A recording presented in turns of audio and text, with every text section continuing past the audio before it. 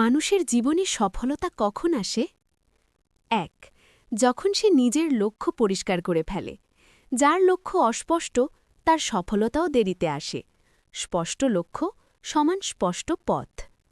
২. যখন কাজ কথার চেয়ে শক্তিশালী হয়। যারা চুপচাপ পরিশ্রম করে তাদের ফলই সবচেয়ে বড় শব্দ তোলে। ৩. যখন সে ব্যর্থতাকে শিক্ষা হিসেবে গ্রহণ করে। যে ব্যর্থ হয়ে থেমে যায় সে শেষ, যে ব্যর্থ হয়ে শেখে সেই সফল। ৪. যখন সে ধৈর্য ধরে।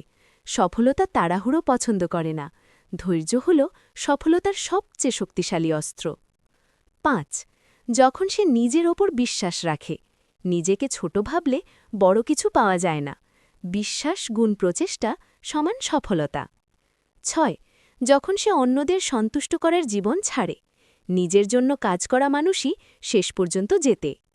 ৭. যখন সে কাজের ধারাবাহিকতা ধরে রাখে। ১০ দিনের পরিশ্রম না, ১০০ দিনের ধারাবাহিকতা মানুষকে সফল করে। লোকের কথা ইগনোর, সমস্যা ফেস ইট, স্বপ্ন চেজ ইট। তুমি যতবার চেষ্টা করবে সফলতা ঠিক ততবার তোমার দরজায় কড়া নাড়বে।